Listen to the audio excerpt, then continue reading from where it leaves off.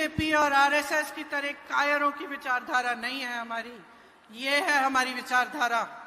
इसके लिए मर मिटने के लिए तैयार हैं हम।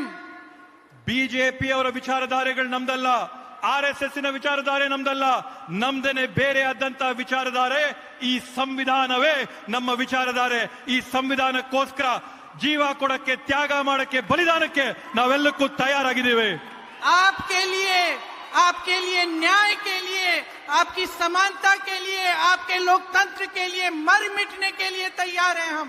ನಾವು ನಿಮ್ಗೋಸ್ಕರ, ನಿಮ್ಮ ಜೀವಗಳಿಗೋಸ್ಕರ, ನಿಮ್ಮ ಸಮಾನತೆಗೋಸ್ಕರ, ಈ ಪ್ರಜಾಪ್ರಭುತ್ವಗೋಸ್ಕರ, ತಮ್ಮೆಲ್ಲರಿಗೋಸ್ಕರ ನಾವು ನಮ್ಮ ಉಸಿರನ್ನ, ರಕ್ತನ, ಜೀವನ, ತ್ಯಾಗ, ಬಲಿದಾನ ಮಾಡಕ್ಕೆ ನಾವೆಲ್ಲರೂ ಕೂಡ ತಯಾರಾಗಿದ್ದೇವೆ.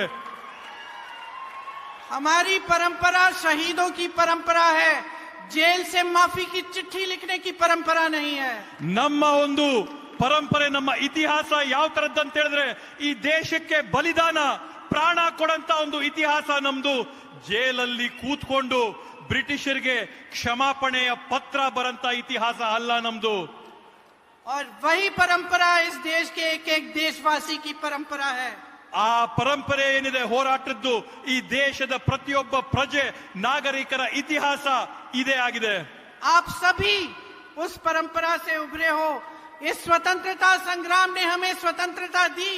आप स्वतंत्र भारत के देशवासी हो. ये आपकी परंपरा है, सच्चाई की परंपरा है.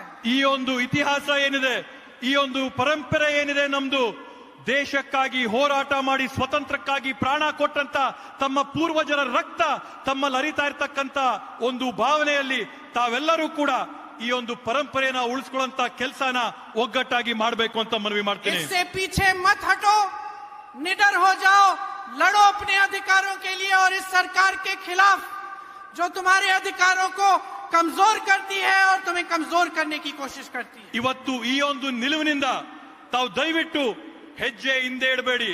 ಧೈರ್ಯವಾಗಿ ಮುನ್ನುಗ್ಗಿ ನಿಮ್ಮ ಹಕ್ಕುಗಳನ್ನ, ಸಮಾನತೆನ, ಸಂವಿಧಾನನ ಕಿತ್ಕೋತಾ ಇರ್ತಕ್ಕಂತ ಈ ಒಂದು ದುಷ್ಟ ಸರ್ಕಾರದ ವಿರುದ್ಧವಾಗಿ ತಾವೆಲ್ಲರೂ ಕೂಡ ಹೋರಾಟ ಮಾಡಿ ಮುನ್ನುಗ್ಗಿ ಅಂತ ಕೇಳ್ತೀನಿ. एक बार मेरे साथ